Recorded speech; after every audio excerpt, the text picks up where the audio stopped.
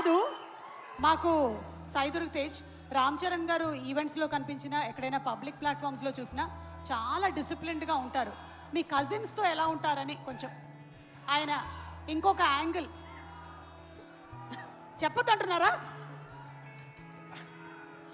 చెప్పొద్దంటున్నారు. చాలా పద్ధతిగా, చాలా అందరినీ కలుపుకొని ఉంటాడండి. ఏంటేంటి? చాలా పద్ధతిగా, చాలా ఆహ్లాదకరంగా, చాలా హ్యాపీనెస్తో ఉంటామండి మేము. అవునా? నిజంగా ఒక్కసారి మీరందరూ కలిసినప్పుడు ఇన్సిడెంట్ గుర్తు చేసుకోండి. ఆయన ఏమైనా ఉంటే ఇప్పుడు పబ్లిక్లో చెప్తాడా? ఓకే, అయితే తర్వాత మనం ప్రైవేట్గా కలిసి మాట్లాడుకుందాం. Next picture please.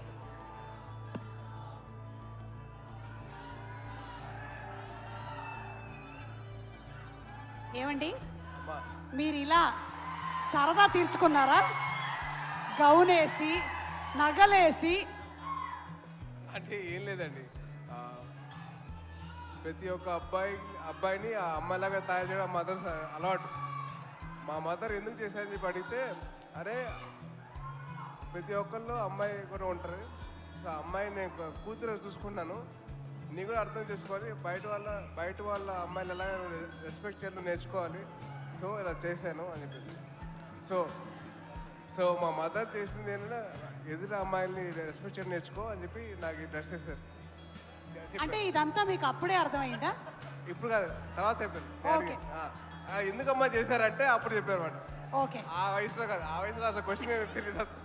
Okay. So pictures over. Ram Charan గారు, ఒకవేళ మీరు తనని ఇప్పుడు ఆశీర్వదించాలి అంటే ఈ రెండిట్లో ఏం చెప్పి ఆశీర్వదిస్తారు? ఏ, శీఘ్రమేవ కళ్యాణ ప్రాప్తిరస్తు. బి, బోల్డ్ అన్ని పాన్ ఇండియా ఫిల్మ్స్ ప్రాప్తిరస్తు. అది ఎలాగో చేస్తాడు కాబట్టి ఆల్రెడీ 38 ఇప్పుడు ఎంతో అయినా వీడికి తొందరగా చాలా చెప్పండి. చాలా బండ ప్రేమ వీడిది. చాలా గట్టిగా ప్రేమిస్తాడు ఎవరినైనా. అది అది అది ఎక్కువ శాతం ఇప్పుడు అబ్బాయిలకే అవుతుంది, అమ్మాయిలు కూడా ఉంటే బాగుంటుంది.